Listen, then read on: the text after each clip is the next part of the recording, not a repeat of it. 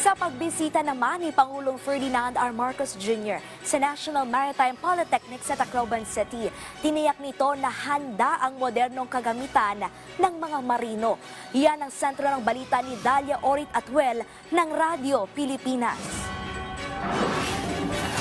Tila naging isang kapitan ng isang barko si Pangulong Ferdinand R. Marcos Jr. nang subukan niya ang isang multi-million state-of-the-art simulator nang bisitahin niya ang National Maritime Polytechnic sa Tacloban City.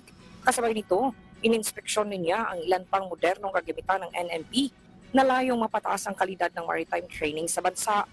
Itinatag ito noong 1978 sa ilalim ng Presidential Decree No. 1369. Ito ang natatanging maritime training at research center na pinapatakbo ng pamahalaan.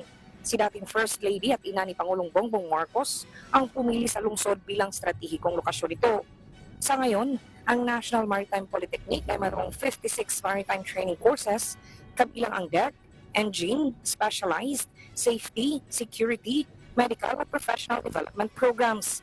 Pinunduhan ito ng 63 million pesos para sa specialized training systems at equipment upgrades. Inayos din ito ng gobyerno at i-rehabilitate ang gymnasium, school building, drainage system at ang pagtatayo ng bagong training center. Para sa taong 2026 naman, naglaan ng pamahalaan ng alokasyon para sa bagong 2-story ratings dormitory, pagkukumpuni ng officers dormitory at pagtatayo ng training pool, pati ang feasibility study para sa isang regional training center sa Davao City. Tiniyak ng Pangulong Marcos na patuloy niyang susuportahan ang pagpapalawak at pag-upgrade ng pasilidad at mga programa ng NMP upang mas marami pang Pilipinong marino ang may handa para sa pandaigdigang oportunidad.